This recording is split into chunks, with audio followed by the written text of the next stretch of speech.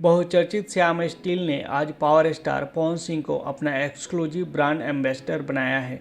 उन्हें श्याम स्टील ने खुद कमाओ घर चलाओ ई रिक्शा कैंपेन के कार्यक्रम में ये घोषणा की, जिस मौके पर निर्माता अभय सिन्हा, बिहार झारखंड यूपी के हेड जगत जी, साउथ की अभिनेत्री हर्षिका मौजूद रही।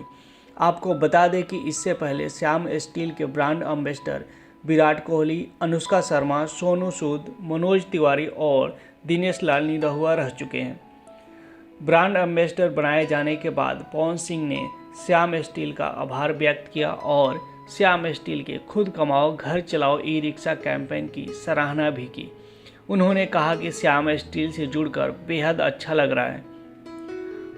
पवन सिंह ने कहा कि अभय सिन्हा को इसके लिए मैं धन्यवाद कहूँगा, क्योंकि वो मेरे बड़े भाई हैं और उनके जरिए ही श्याम स्टील से मेरा जुड़ाव हुआ है।